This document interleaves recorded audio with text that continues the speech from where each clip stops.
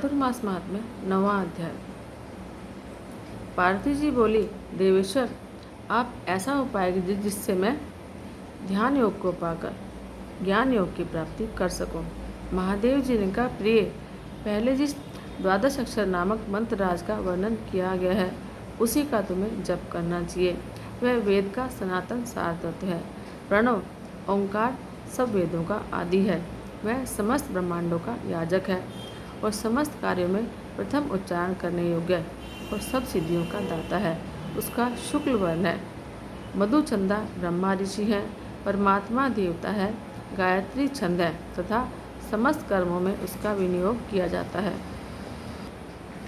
देवी जो प्रतिदिन संपूर्ण बीजाक्षर में द्वादश अक्षर मंत्र का जाप करता है वह पापों से लिप्त नहीं होता। यह द्वादश लिंग में अक्षरों से युक्त द्वादश अक्षर मंत्र पूर्ण चक्र में स्थित है। विनियोग से प्रत्येक वर्ण के ध्यान, ऋषि, बीज, छंद और देवता आदि के चिंतन पूर्वक ध्यान, जप और पूजन करने पर भक्तों का कर्मजनित बंधनों से मोक्ष हो जाता है। ध्यान योग से समस्त पापों का नाश होता है। जप और ध्यान ही योग का स्वरूप है। शब्द ब्रह्म ओंकार और वेद से प्रकट हुआ द्वादश अक्षर मंत्र वेद के समान है। ध्यान से मनुष्य सब कुछ पाता है। ध्यान से वह शुद्धता को प्राप्त करता है, यानी कि शुद्धता को प्राप्त करता है। ध्यान से बंदा शुद्ध हो जाता है। ध्यान से परब्रह्म का बोध होता है और संगन स्वरूप में चित्तवृत्ति की एकाग्रता रूप योग भी ध्यान से ही संभव होता है। ध्यान योग दो प्रकार का होता है, एक सालंब यानी सविशेष और दूसरा निरालंब यानी निर्विशेष। सगुण साकार विग्रह नारायण का दर्शन सालंब ध्यान है। दूसरा जो निरालंब ध्यान है वह ज्ञान योग के द्वारा बताया गया है। वह सबका आलंब है, रूप रहित, अप्रमेय और सर्वस्वरूप जो सनातन तेज है, जिसका प्रकाश कोटि कोटि विद्युतों के समान है, जो सदा उदयशील और पूर्णतम है, जो निष्कल, शकल और निरंजन में है, आकाश के समान सर्वव्यापक है, सुख स्वरूप और तुर्यातीत है, जिसकी कहीं उपमा नहीं है। वही परमेश्वर का निराकार स्वरूप निरालंब योग ध्यान योग के द्वारा चिंतन करने योग्य है। वह द्वंद्वों से रहित और साक्षी मात्र है, शुद्ध स्फटिक के समान निर्मल है, अपने तेज से उपमा रहित और अगाध है। उसी को तुम अंगीकार करो। भगवान नारायण का सूर्य मस्तक है, पृथ्वीलोक हृदय है, रसातल चरण है। वे मूर्त अमूर्त स्वरूप से संपूर्ण ब्रह्मांड में स्थित हैं। भगवान विष्णु ही ब्रह्म रूप से ज्ञान योग के आश्रय हैं। वे ही समस्त प्राणियों की सृष्टि और पालन करते हैं और वे ही सबका संहार करते हैं। वे सर्वदेव में हैं। सनातन काल से ही भगवान विष्णु 12 मासों के अधिपति हैं। इसलिए संपूर्ण मासों, समस्त दिनों और सब प्रहरों में श्रीहरि का स्मरण करने वाला पुरुष संसार बंधन से मुक्त हो जाता है।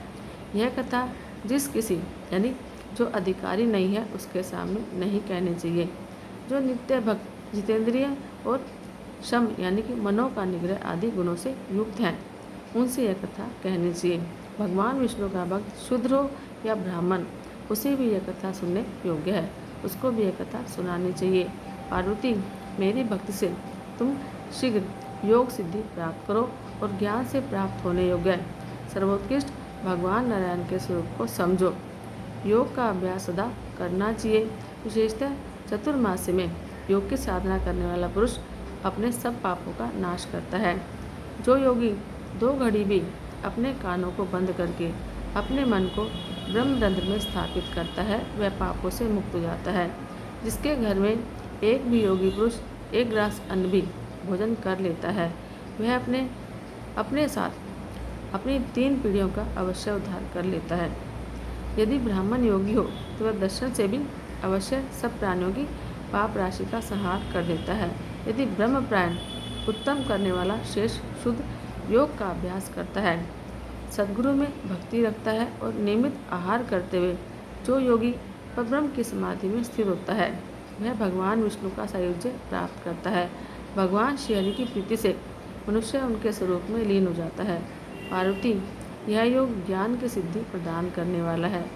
सनकादि आचार्यों और मुक्ति की इच्छा करने वाले देवेश्वरों ने भी इसका सेवन किया है। सर्वप्रथम योगियों के जो सदा ज्ञान की संपत्ति होती है, उस ज्ञान संपत्ति से गृहित होकर मनुष्य योगी होता है। निरंतर योगी के आगे अनिमा आदि सिद्धियां उपस्थित होती हैं, परंतु शेष योगी उनमें मन नहीं लगाता। योग से संपूर्ण दानों और यज्ञों का फल प्राप्त होता है।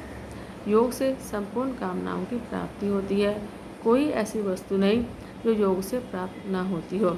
योग से हृदय की गांठ नहीं रहने पाती। योग से ममता रूपी शत्रु नहीं पैदा होता। योग सिद्ध पुरुष का मन कोई भी लुभा नहीं सकता।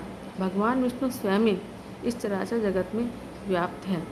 योगेश्वरों के परम उपास्य उन भगवान को अपने ब्रह्मरंध्र में स्थित जानकर मनुष्य इस मायामय जगत का मोह उसी प्रकार छोड़ देता है जैसे सर्प अपनी केंचुल को छोड़ देता है।